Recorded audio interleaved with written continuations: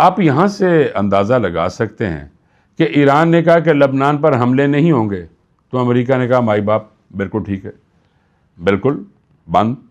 اور پھر جب آبنہ ہرمز کو بند کیا گیا تو پوری دنیا کی جو مارکیٹس ہیں کریش کر گئی، دھڑام سے نیچے گری. اور پھر اب آبنہ ہرمز کو کھولا گیا ہے تو آپ کے سامنے ناظرین ہر چیز آپ کے سامنے، پوری دنیا میں کہاں چلی گئی اسٹاک مارکیٹ بلندیوں کو چھونے لگ گئی. پاکستان میں بھی یہی حال ہے، پوری دنیا میں یہی حال ہے.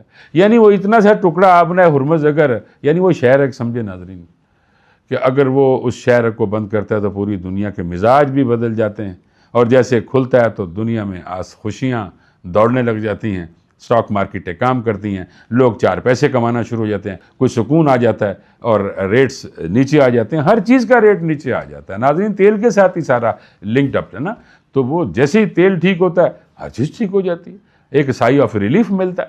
تو میرے خیال میں عالمی طاقتوں میں بھی اب تبدیلی کا اشارہ مل چکا ہے، اور اللہ کی نصرت سے ایران چوتھی عالمی طاقت بن کر ابھرے گا.